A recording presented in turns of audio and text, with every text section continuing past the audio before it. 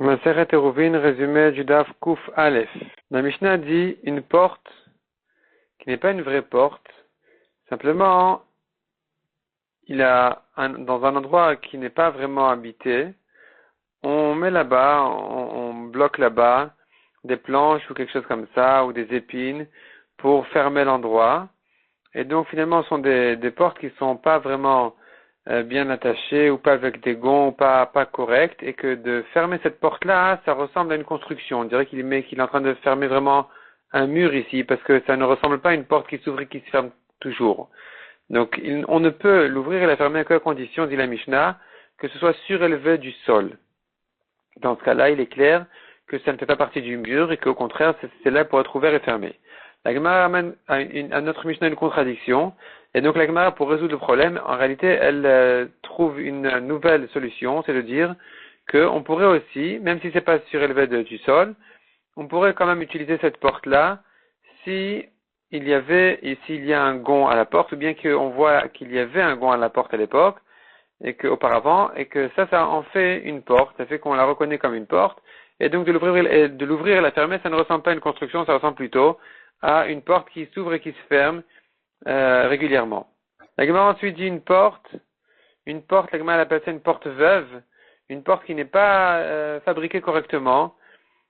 On peut pas l'utiliser pendant Shabbat, on ne peut pas la fermer pendant Shabbat. Et la Gemara dit donc dans le cas évidemment où elle se traîne et qu'elle n'est pas attachée avec des gonds. Et la Gemara donne l'exemple, par exemple, une porte qui est faite d'une seule planche, ou bien une porte qui n'a pas les barres qui servent à fermer la porte. Cette porte-là, donc aujourd'hui, une planche, c'est normal, au contraire, mais à l'époque, une porte normale a été faite de plusieurs petites planches, et là, quand on prend une seule planche, on ressemble plutôt à un mur, ça ressemble à une construction qui est interdite pendant Shabbat. La Gemara ensuite dit quelqu'un, donc toujours dans le sujet de construction, on n'a pas le droit non plus de faire une tente ou une forme de tente ou de petite maison pendant Shabbat. Et des fois, quelqu'un, il vient faire cette forme-là, alors qu'il n'a pas du tout l'intention de le faire.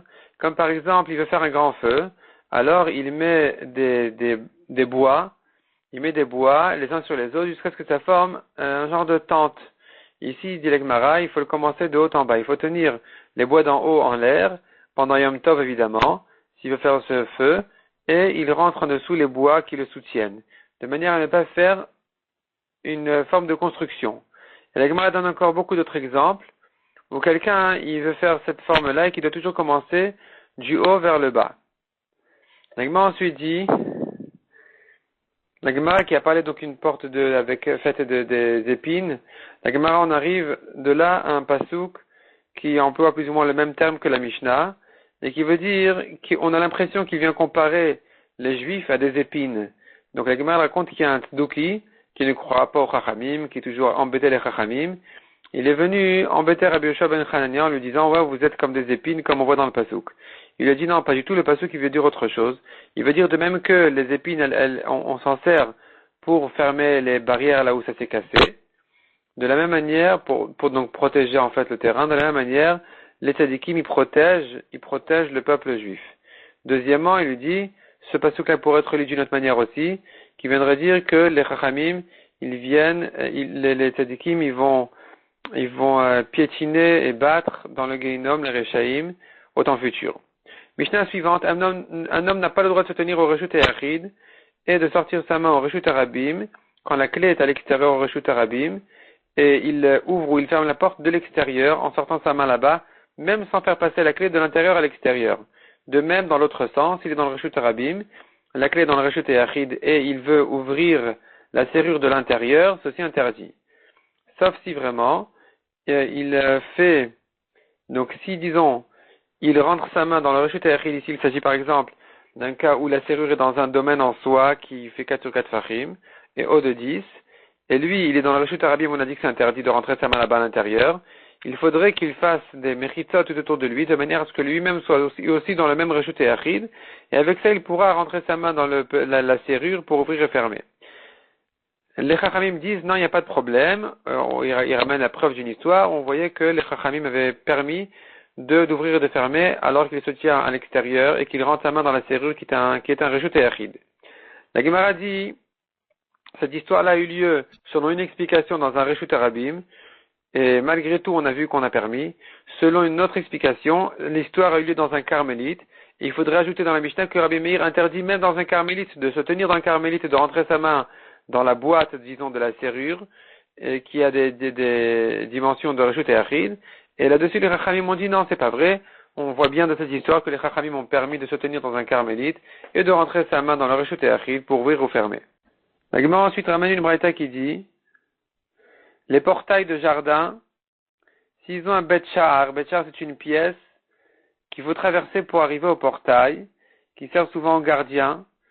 Et donc finalement, il y a ici un Reshut et Achid qui donne sur le portail, et par là-bas on peut ouvrir ou fermer le portail. Si cette pièce-là elle se trouve à l'intérieur, on peut ouvrir et fermer de l'intérieur. Si elle est à l'extérieur, on peut ouvrir ou fermer de l'extérieur. Si elle est à l'intérieur et encore une autre à l'extérieur, on peut le faire des deux côtés. Et s'il n'y en a pas, alors c'est interdit de le faire ni de l'intérieur ni de l'extérieur. Qu'est-ce qu'on fait? Dans ce cas-là, il faudrait savoir si la serrure elle est dans les itfachim du sol, alors il doit laisser la clé sur le seuil qui est carmélite, de manière à ne pas le monter vers la serrure, c'est-à-dire que plutôt dans ce cas-là il n'y a pas de problème de le monter jusqu'à la serrure puisqu'elle n'est pas au-dessus de itfachim, donc elle n'est pas un Reshut et Achid. Donc il n'y aura pas ici un passage d'un carmélite au Reshut et Achid. Si par contre la serrure elle est au-dessus de Titfachim, il ne pourra pas laisser la clé sur le seuil, parce que dans ce cas-là, il se trouvera qu'il aura monté la clé du carmélite, du seuil, à la serrure qui est Reshut et Achid, ce qui est interdit. Ce qu'il doit faire, c'est de cacher la clé quelque part dans la serrure, dans la boîte de la serrure, ou bien sur une fenêtre au-dessus de la serrure, au-dessus de Titfachim. Il n'aura pas le droit par contre de prendre la clé du seuil et ouvrir. Pardon, ça c'est selon Rabbi Meir. Selon Chachamim, il n'y a pas de problème, même si la serrure est au-dessus de Titfachim, il peut garder la clé sur le seuil et la rentrer dans la boîte de la serrure et de cette manière-là ouvrir et fermer et la ramener au seuil. Ou bien la laisser sur la fenêtre et la ramener à la fenêtre ensuite. Par contre, il n'aura pas le droit de faire un passage, c'est-à-dire il n'aura pas le droit de la laisser sur le seuil et ensuite ouvrir la porte et après mettre la clé dans la fenêtre parce qu'il se trouvera que la clé au début elle était dans un carmélite sur le seuil, et ensuite elle est arrivée ensuite dans la fenêtre qui est un Reshut et Achid. Et malgré qu'elle s'est arrêtée au milieu dans la serrure, et que normalement ça devrait être permis, on ne permet quand même pas un passage d'un Reshut et Achid à un carmélite en passant par un Makom Ptour, ni d'un carmélite à un Reshut et Achid en passant par un Makom Ptour qui est la serrure selon Chachamim. La Gemara explique qu'en réalité ici il y a une marloquette entre Rabbi Meir et Chachamim à savoir, est-ce que la serrure elle-même elle est considérée comme un Makom Ptour ou comme un Reshut et Achid. Il s'agit d'un cas très précis dans lequel, selon Rabbi Meir, ce sera considéré comme un Reshut et Achid. C'est pour ça qu'on ne pourra pas laisser la clé sur le seuil de la porte quand la serrure est au-dessus de Titfachim, puisque c'est déjà un Reshut et Achid. Selon Chachamim, par contre, c'est pas un Reshut et Achid dans ce cas précis. Il faudrait dire, et donc dans ce cas-là, on pourrait laisser la clé sur le seuil, mais à condition de ne pas la mettre ensuite dans la fenêtre, parce que finalement, il se trouvera qu'il aura fait passer la clé du seuil à la fenêtre, et même en passant par un Makom Ptour comme la serrure, comme on a dit, c'est interdit selon Chachamim. Mishnah suivante. La barre qui sert à bloquer la porte, on la met donc dans le trou à côté du seuil pour bloquer la porte. Il se peut qu'il soit interdit de l'utiliser pendant Shabbat parce que ça ressemble à une construction pendant Shabbat. Ce qu'il faudrait, c'est reconnaître bien que c'est une barre qui est un objet en fait. C'est un objet qui est porté et pas une partie de la construction. Donc dans le cas où cette barre-là, elle se prend avec une ficelle, selon tout le monde, il n'y a pas de problème. Dans le cas où on ne peut pas la soulever avec la ficelle, elle est coincée comme ça par terre, elle bloque la porte. Là-dessus, on aura un cas de marloquette, qui est le cas où elle est épaisse en haut, et qu'on pourrait l'utiliser comme un objet, comme un pilon pour broyer des graines ou quelque chose comme ça. Alors, est-ce que je le considère donc comme un objet que je peux porter, et que je peux retirer, remettre? C'est comme s'il avait mis là-bas une fourchette, et donc ça serait permis. C'est ce que pense Rabbi aussi. Rabbi Eliezer, lui, pense que non, c'est interdit. Malgré que c'est plus épais, en haut, ça ne paraît quand même pas être un objet qui se porte. On a plutôt l'impression qu'il est en train ici de faire une construction, comme bloquer la porte, en réalité il bloque ici comme un mur, et donc ça sera interdit selon Rabbi Eliezer.